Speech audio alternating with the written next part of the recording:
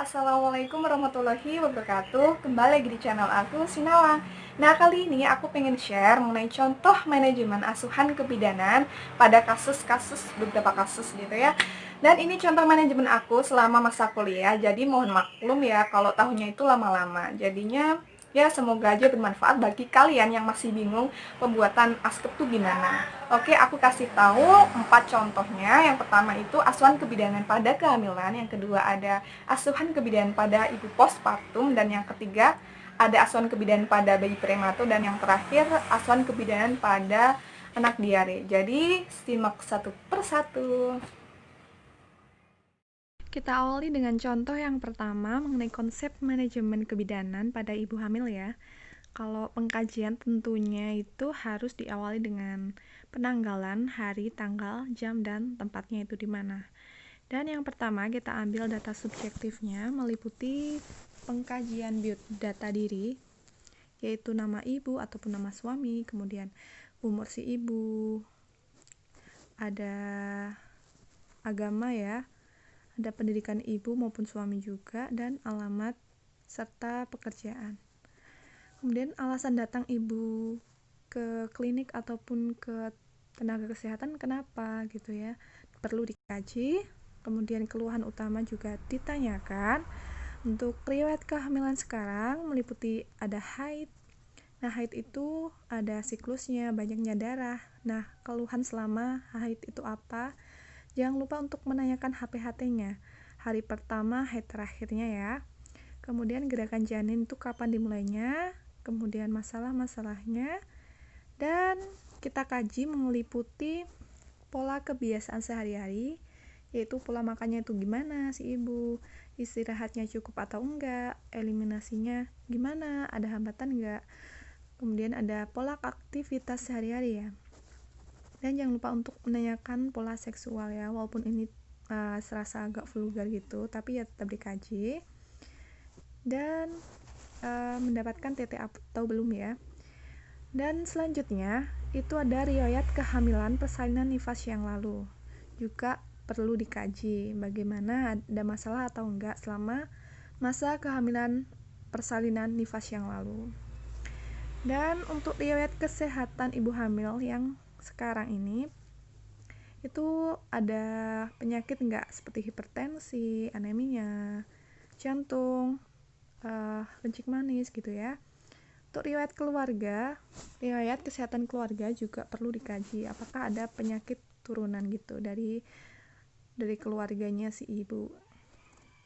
Untuk riwayat sosial ekonomi juga perlu ditanyakan, meliputi riwayat pernikahan, riwayat penggunaan alat kontrasepsi ya, KB-KB gitu. Dan yang kedua itu ada data objektif. Biasanya dilakukan pemeriksaan umum, keadaan umumnya itu baik atau tidak gitu ya. Dan inilah pemeriksaan umumnya seperti biasanya, tanda-tanda vital. Kemudian pemeriksaan khusus ada inspeksi. Kemudian ada palpasi untuk mengetahui usia kehamilannya. Biasanya dilakukan pemeriksaan Leopold kalau palpasi. Nah, ini Leopold 1, 2, 3 tergantung usia kehamilan. Sampai auskultasi untuk mengetahui DJJ ya, biasanya denyut jantung janin gitu. Untuk perkusi ada refleks patella. Dan untuk pemeriksaan penunjang jangan lupa untuk melakukan pemeriksaan laboratorium ya. Nah, meliputi hemoglobin dan lain-lain. Kemudian pemeriksaan ronsen juga dibutuhkan. Pemeriksaan USG ya yang terpenting nih. Dan yang kedua ada identifikasi, diagnosa, dan masalah. Ini diagnosisnya kayak gini. G berapa, B berapa, abortus, usia kehamilan berapa minggu ya. Nah, kayak gini, data subjektif, objektifnya tadi dimasukkan. Kemudian untuk masalah biasanya yang terjadi adanya keputihan, konstipasi, dan sebagainya. Kemudian langkah yang ketiga ada identifikasi, diagnosa, dan masalah potensial. Masalah yang benar-benar krusial banget yang harus ditangani segera gitu. Kemudian yang keempat ada identifikasi kebutuhan segera. Dan yang kelima ada intervensinya ya. Kalau udah diketahui masalahnya, berarti kita lakukan intervensi. Seperti memberikan informasi, konseling, gitu ya, menganjurkan makanan yang baik bagi ibu, anjurkan tentang pendidikan seputar kehamilan gitu ya, sesuai dengan masalahnya. Dan jangan lupa untuk dilakukan rasionalnya itu apa? Itu R itu rasionalnya ya. Pemeriksaan seperti itu rasionya gimana? Itu perlu dijelaskan, dituliskan maksud saya. Kemudian implementasi mengacu pada intervensi dan evaluasi mengacu pada implementasi. Itu contoh yang pertama untuk asuhan kebidanan kehamilan. Contoh yang kedua, ini ada konsep manajemen kebidanan pada ibu postpartum atau ibu masa nifas ya. Seperti pada contoh yang pertama, tentunya pengkajian, jangan lupa untuk tanggalnya dan tempat pengkajiannya ya. Itu data subjektif hampir sama seperti biodata secara umum. Itu ya untuk alasan datang ibu kenapa, kemudian keluhan jangan lupa. Untuk riwayat-riwayat kesehatan yang sekarang ataupun masa lalu, riwayat kesehatan keluarga juga perlu ditanyakan. Kemudian dan riwayat prenatal, natal dan postnatal yang lalu untuk mengetahui masalah-masalah yang terjadi pada ya kesehatan yang lalu, riwayat kehamilan yang lalu gitu ya. Apakah ada infeksi ataupun penyakit-penyakit lainnya. Kemudian ada riwayat KB, jangan lupa untuk pola kebiasaan sehari-hari juga sama seperti tadi ya, tapi kalau ibu nifas tentunya lebih banyak lagi ya, lebih berat gitu. Data objektif, ada pemeriksaan umum juga, ada pemeriksaan fisik. Selanjutnya ada pemeriksaan abdomen ya, ini berbedanya sama ibu hamil. Kalau ini meliputi involusi uteri gitu. Jadi kembalinya uterus pada bentuk semula. Dan untuk yang kedua itu langkahnya identifikasi masalah dengan diagnosa seperti itu ya. Data objektif dimasukkan. Kemudian masalahnya apa terjadi pada ibu. Nah, perlu dimasukkan juga. Oke. Kalau intervensi ya jangan lupa untuk memasukkan rasionalnya apa ya, seperti ini contohnya. Nah, rasionya ya intervensi pertama memberitahu hasil pemeriksaan tentang kondisi ibu dan bayi. Rasionalnya meningkatkan partisipasi ibu dalam pelaksanaan intervensi, penjelasan tentang cara penurunan rasa takut dan meningkatkan rasa kontrol terhadap situasi. Itu contohnya pada masa mastitis. Nah, itu contoh yang kedua ya mengenai asuhan kebidanan pada ibu masa nifas atau postpartum. Contoh yang ketiga ada manajemen asuhan kebidanan pada bayi prematur ya. Ya, jangan lupa untuk mengkaji data dilakukan pada tanggal berapa, pukul berapa, dan tempatnya. Untuk data subjektif, itu ada biodata, jadinya umur bayi ya. Juga jangan lupa untuk umur orang tuanya, pekerjaan orang tuanya apa, kemudian data orang tuanya juga diperlukan. Dan untuk riwayat antenatal, natal, dan postnatal, apakah ada komplikasi yang dialami selama kehamilan, persalinan, dan nifas pada ibunya ya. Kemudian riwayat antenatal, itu apakah ada masalah. Kemudian kebiasaan ibu, itu juga bisa mempengaruhi. Untuk riwayat natal juga ada masalah atau tidak ya, perlu ditanyakan. Riwayat postnatal ada pola nutrisi, eliminasi, istirahat, aktivitas bayi gimana gitu.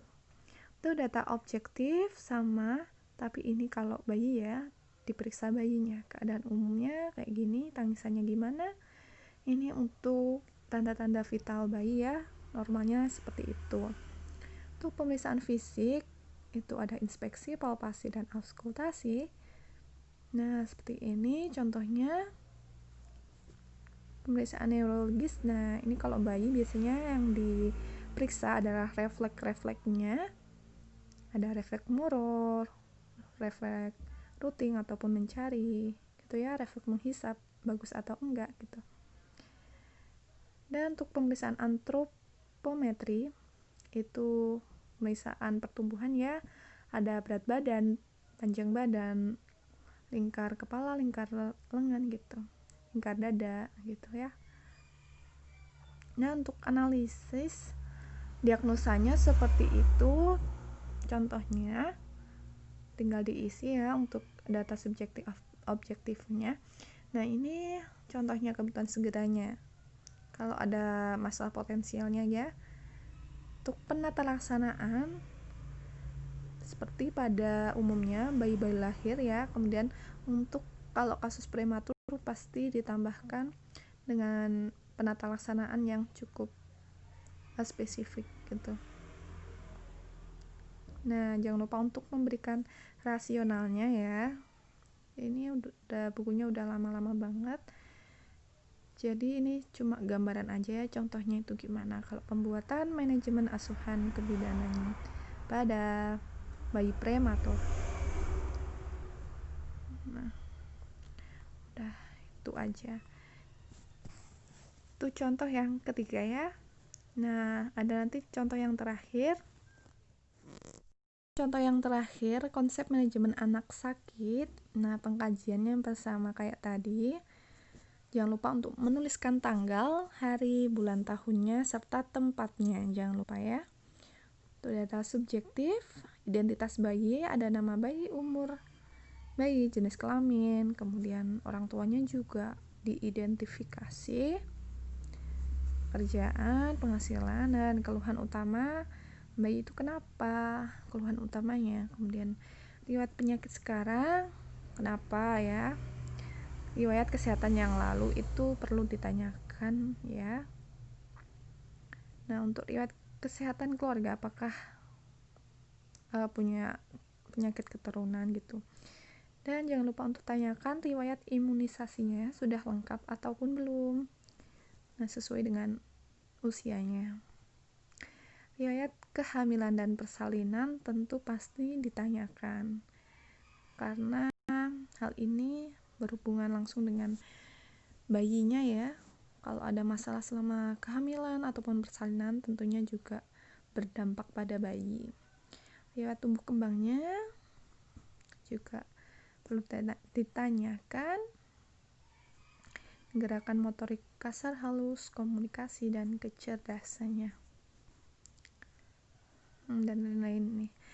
Riwayat psikososial ini dipengaruhi dari lingkungannya gimana, faktor-faktor fisik keluarganya juga perlu ditanyakan. Untuk pola kebiasaan atau aktivitas sehari-hari, ada nutrisi ya, pastinya kalau pertama itu pemberian ASI-nya sudah cukup atau enggak gitu, ASI eksklusif atau enggak, minimal 6 bulan. Pola eliminasi, personal hygiene, istirahat gimana, kemudian aktivitasnya. Dan untuk data objektif itu ada pemeriksaan umum ya, bayinya gimana, tanda-tanda vitalnya, kemudian pemeriksaan fisik sama seperti tadi antropometri ya. Kemudian pemeriksaan khusus di sini ada mulai dari kepala sampai kaki ya, head to toe gitu. Lanjut, untuk pemeriksaan penunjang itu ada pemeriksaan laboratorium, untuk program terapi. Nah, ini untuk diare, kasus diare ya, pemberian cairan itu sangat diperlukan sekali. Nah, untuk pengobatan dietetik tetap pemberian ASI kalau bayi masih berumur 6 bulan. Kemudian kalau udah lebih dari 6 bulan perlu ditambahkan makanan pendamping ASI, obat-obatan juga perlu. Nah, untuk kedua, identifikasi diagnosis masalah sama ya, diagnosisnya apa, data subjektif, objektifnya dimasukkan. Nah, masalahnya apa? Ini misalnya gangguan pola istirahat ataupun gangguan pola makan ataupun nutrisi. Intervensinya nah kayak gini. Ini contoh intervensi pada bayi dengan kasus diare. Jangan lupa untuk menuliskan rasionalnya gitu.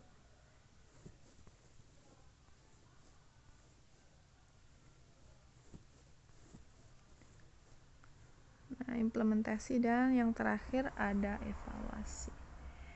Gitu ya. Semoga kali ini bermanfaat untuk ya setidaknya gambaran secara umum konsep manajemennya pada asuhan kebidaanannya tuh gimana gitu ya. Jangan lupa untuk subscribe, like, dan komen. Dadah.